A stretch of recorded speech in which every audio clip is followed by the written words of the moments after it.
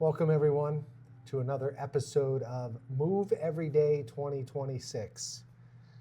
Emily and I, again, are going to just take a few moments of your time and discuss what we have coming up in the month of February, closing out January. So a lot has happened since the last time we spoke. So I'm just curious, Emily, the snow that's outside, was that something you ordered? No, it definitely wasn't. It was something I would like to return because now it's just turned into a big block of ice. So if you're like us, you must have been shoveling for hours.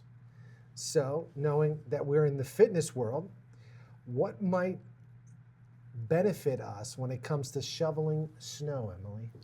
Well, I know for me, when I was out there in the trenches of shoveling, I was very thankful that I do a strength routine because Okay. it is very strenuous. Mm-hmm. So I was out there and I had one of my neighbors come out, and he, like me, it was the first time he had been snowed in like that in our neighborhood.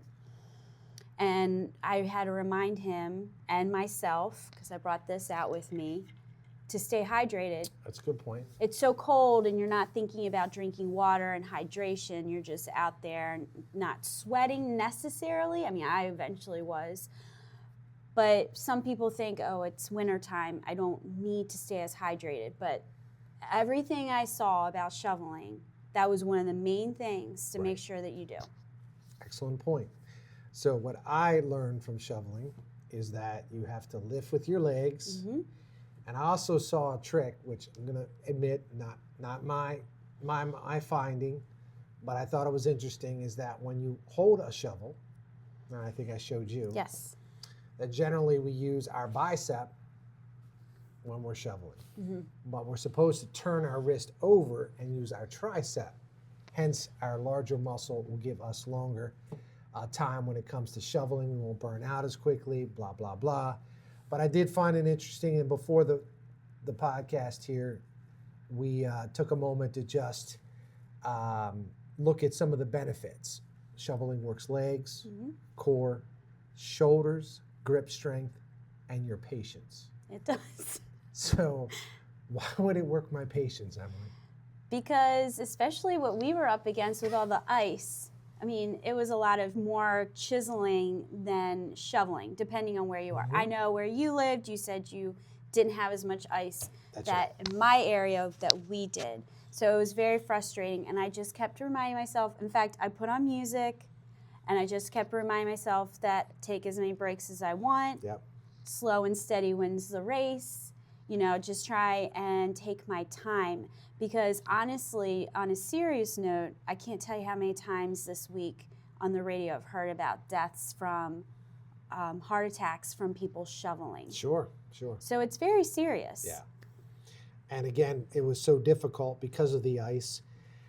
And again, sharing with everyone who's listening, this pro tip I found: lift with your legs, not with your ego. That's good. That was a good reminder there. But knowing that we've been out there shoveling, right, and doing all of these things, because of the cold weather, what's it like trying to maintain a routine of getting up, coming to the gym? Because Emily does bring a lot of energy in the morning. Don't let her fool you. So, I mean, like, it's freezing temperatures. Let's be real. It's been freezing all week. And when I say freezing, I'm talking about 8-10 degrees in the morning when I get up, and it's pitch black out. Yes, it is. There's nothing more that I want to do than just stay cozied up in my bed and skip the gym. But we have goals, and we got to keep moving forward. That's right. Most of the world, or at least in this area, January 1st comes. Everybody wants to get in shape, right? Yeah. But darkness is obviously a key, right? You wake up, it's dark. Yeah. You leave work, it's dark. So all of that kind of demotivates someone to try to get out there. So it's interesting, some of the things I've been looking at online are comments like, I'll wait till spring to start. That's going to be difficult, right? Yeah. Because if you wait all that time, you're talking in this area 3 months. So that's a quarter of the year gone, and you haven't even started. Yeah. So any advice for those who would want to get started early? I would stay with the maintaining that fitness program. Yeah, I would just say that if you are just starting out with the fitness routine, make realistic, attainable goals. Okay. So, for instance, every small goal, every small thing, it really adds up. So, for instance, don't go all in with something that's super strict, super crazy, and super difficult to stick to. For instance, you can make a goal of just making sure that you do 5 more minutes in your routine. If you are doing a routine, do 5 more minutes, do 1 more, 2 more reps. If you're doing a strength routine, taking a walk every so often to get your steps in, parking a little bit further away. Now, I understand there's a lot of ice outside, so that's not the greatest advice right now. Sure. But making little adjustments, drinking more water can be a goal. Maybe when you're eating your meal, if you are already getting full and you have like 1 or 2 more bites, do you really need those 1 or 2 more bites? You would be surprised that that's another 50 to 100, 200 calories in that last 1 or 2 bites. So slow down, be more mindful. Okay. Honestly, those little small things can really add up and make a difference over time. Okay. So for me, not that you guys want to join me on this, but because it gets cold and the routines become mundane, I know we try to switch the workouts up. We're using apps and everything else to try to keep it up.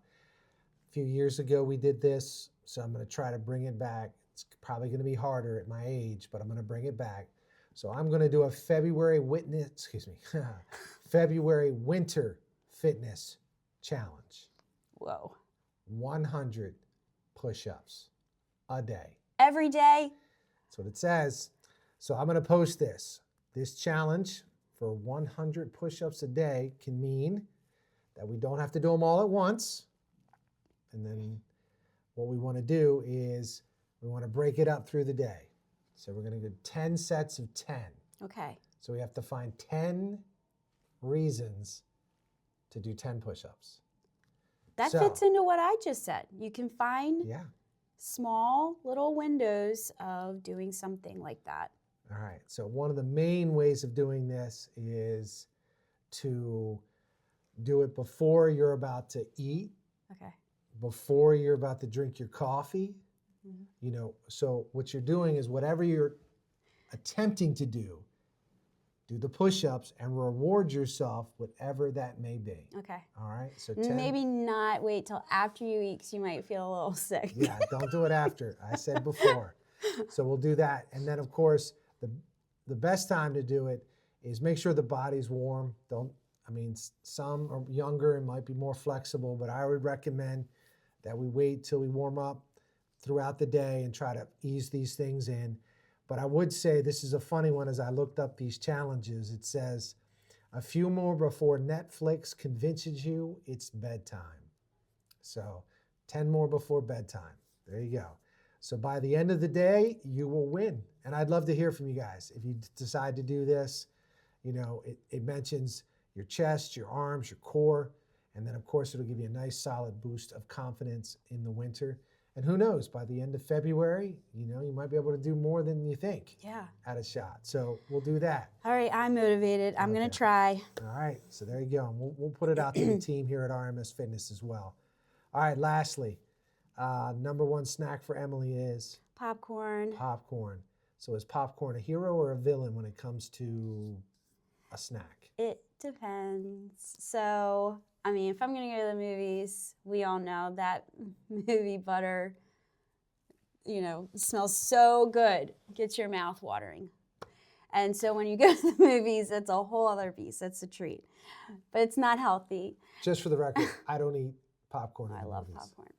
And then at home, you can do it a little bit more healthy. Yes, you can. So, there's those brands, I won't name them, but there are those different types of popcorn brands that they try and make it on the healthier side where it's only like 150 calories per 3.5 cups of popcorn popped. All right. So it goes a long way. Fiber too. Got it. So they say there are ones that are healthy because they're air popped. They're air popped, yeah. Okay. Light olive oil spray, they're recommending. Sea salt, I guess that's a benefit, right? And then, But I like a little trick. I like to put Old Bay on mine. That's a Maryland thing. yeah, so anyone listening that's not in Maryland, I'm sure you can acquire it somewhere, but it is an Old Bay thing. So there you go. Emily's snack of choice, popcorn.